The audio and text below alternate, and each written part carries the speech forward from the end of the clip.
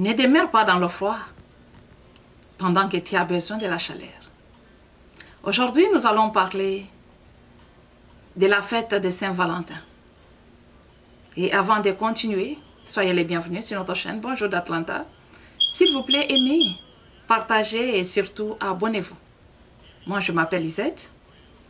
Je voulais vous poser la question de savoir, dans votre pays qui est censé célébrer la fête de Saint-Valentin. Et moi, dans le pays où je vis, la fête de Saint-Valentin est célébrée par tout le monde. Les vieillards, tout comme les bébés. Parce que la fête de Saint-Valentin est considérée comme une occasion qui nous est offerte ou qui est offerte à ceux qui s'aiment de célébrer leur union, leurs relations, bref, leur amour. Et ici, les élèves célèbrent la fête de Saint-Valentin à l'école avec les enseignants. Il y a le partage des cadeaux entre amis, entre élèves, entre enseignants. Donc, ça fait du bien. À l'église, nous faisons la même chose. Nous célébrons avec nos pasteurs ou les prêtres. Il y a le partage des cadeaux. Dans la communauté, nous faisons également la même chose avec les voisins. On s'offre des cadeaux. Et ça fait vraiment du bien. Nous célébrons vraiment l'amour.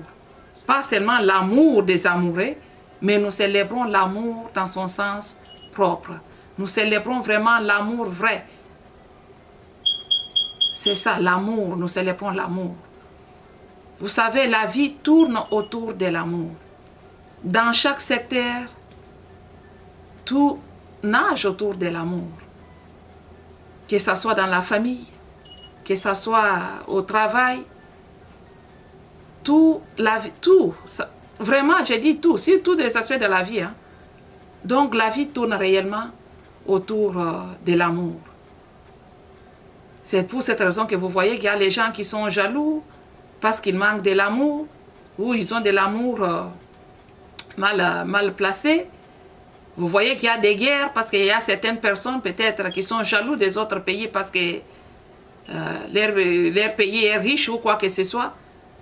Donc, si vous comprenez très bien réellement la vie tourne autour de l'amour.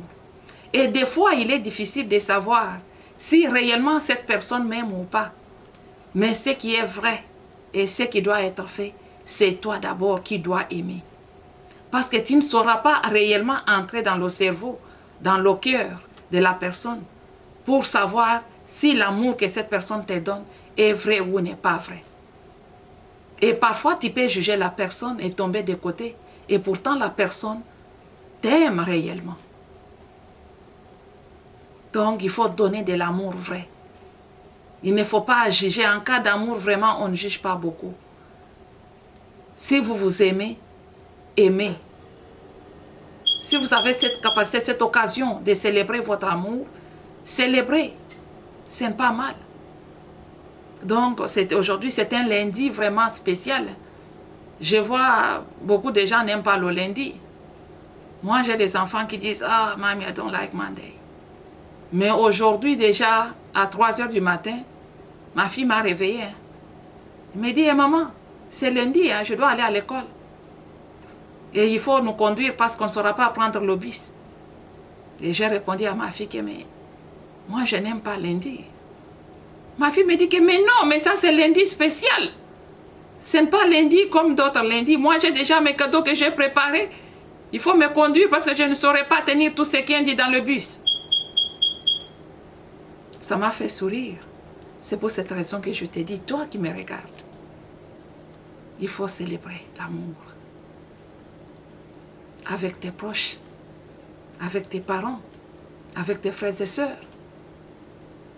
Il faut profiter de cette occasion.